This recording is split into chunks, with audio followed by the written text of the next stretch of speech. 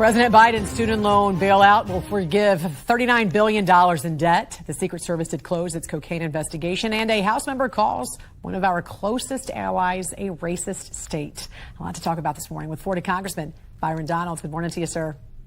Good morning. It's good to be back with you. Yeah, always good to see you. The White House announced on Friday it's going to automatically forgive $39 billion in federal student loan debt for thousands of borrowers. And it just comes a few weeks as we know that student loan forgiveness was rejected by the Supreme Court. So are taxpayer funds just being funneled and shifted a different way? What do you make of this?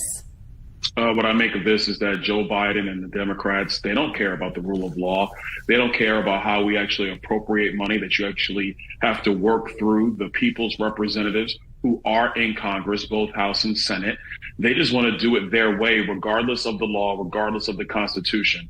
They were just smacked down by the Supreme Court because Joe Biden, with the original student loan bailout, knew it was unconstitutional. He knew he violated separation of powers. And so what do? They just find another way to do this. And this is not good for our country. You can't just have the executive just making these decisions without the people's branch agreeing.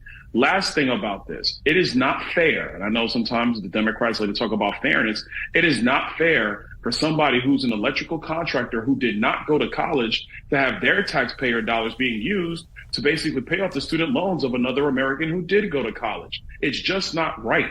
It creates a serious moral hazard. And so we're going to fight this every way that we can. We're in the middle of the appropriations process on Capitol Hill. And so we're going to try to find a way to squeeze this from being done because it's not wrong and it is a violation of separation of powers. Another big story, the Secret Service closed their investigation into cocaine found inside the White House with no suspects. And of course, the big question, what if this was something like anthrax? What are you hearing there on the Hill? So I was actually in the secure briefing with Secret Service because I sit on the oversight committee. I think with Secret Service, one of the first things is always their concern is over things that are volatile chemicals like anthrax, so on and so forth, to secure the White House, obviously to secure the president.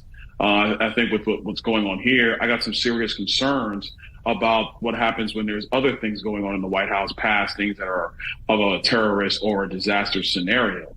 I think that the White House themselves, now not Secret Service, and let me be clear, Secret Service largely is in control of the grounds. They're in charge of all of the protocols to get into the White House. But when you're inside the White House, this is not the White House that mostly takes over. It's their protocols. It's their apparatus. And so I have serious concerns about just the lack of concern, the callous atmosphere going on in this administration. It's not just with the rules. It's about what's actually going on in the building.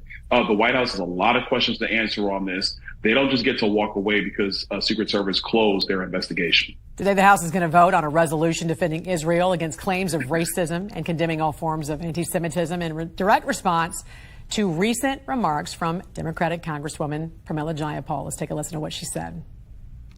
We have been fighting to make it clear that Israel is a racist state, that the Palestinian people deserve self-determination and autonomy.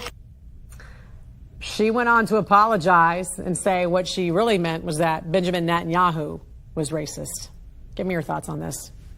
I think Pramila Jayapal, not just her, also Ilhan Omar, Rashida Tlaib, this is where a good portion of the Democrat Party are. They are completely opposed to the state of Israel. They truly believe, let me be clear on this one, they do believe that the state of Israel should give up much of its territory and that maybe they shouldn't even be in that region. And it's really unfortunate that you have this strain of anti-Semitism that is embedded deep within the Democrat Party. This was not a mistake. This is actually a main line thought process amongst congressional Democrats, senatorial Democrats, and the Democrat Party. And so their party's got a lot of answers for. And for Jewish voters in our country, please keep in mind that these aren't just comments here or there that go away because the media chooses not to talk about them and ignore these statements. This is a state of fact within the Democrat Party.